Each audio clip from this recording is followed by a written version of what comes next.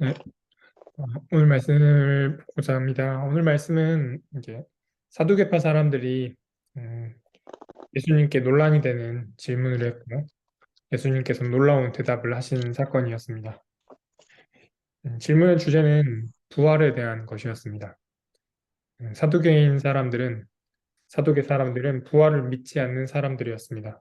그래서 예수님께 답하기 난해한 질문을 하였습니다. 일곱 형제가 있는데 첫째 형이 죽었을 때는 둘째가 그 아내를 맞아왔고, 둘째가 죽었을 때 셋째가, 그리고 일곱이 다 그와 같이 하였는데 부활의 때에 그 여자는 누구의 아내인지 물었습니다.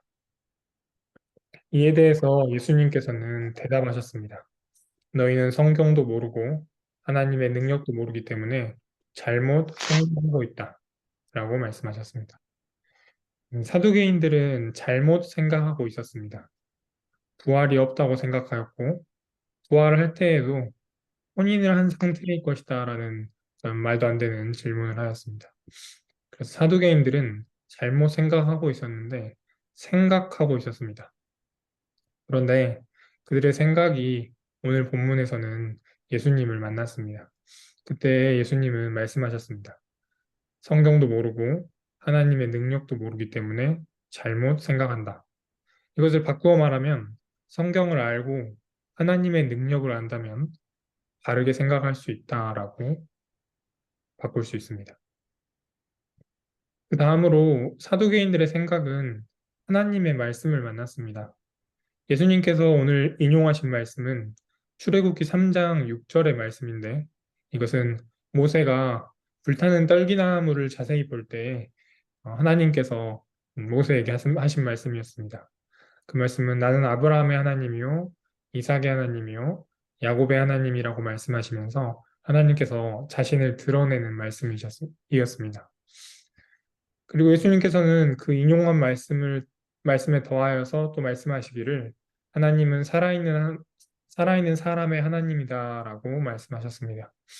이 말씀을 조금 더 살펴보면 사두개인들은 부활이 없기 때문에 그들에게 죽는다라는 것은 죽음 이후에 무언가가 존재하지 않는다라고 생각하는 것이었습니다.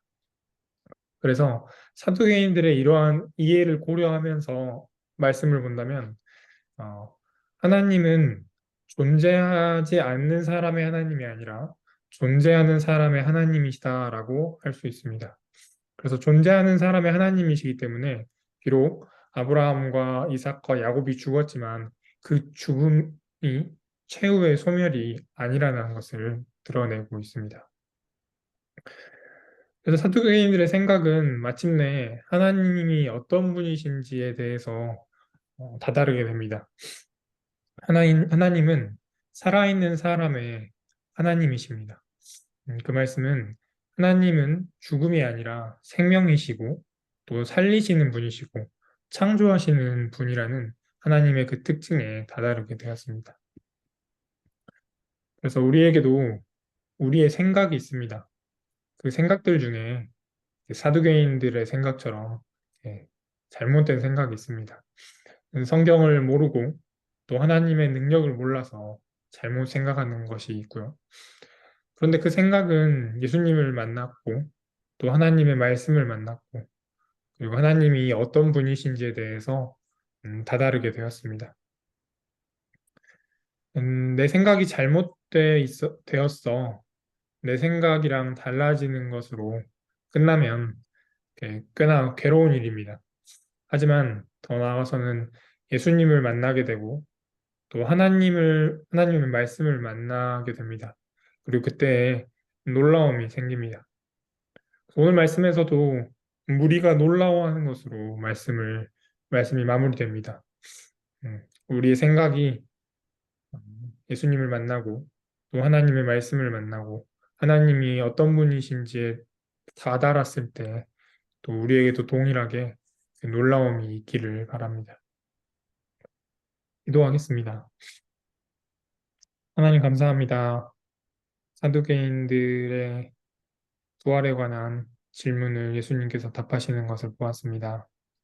하나님, 우리도 우리의 생각 속에 성경과 다른 생각이 있는 것을 추측해 봅니다. 미루어 짐작해 봅니다.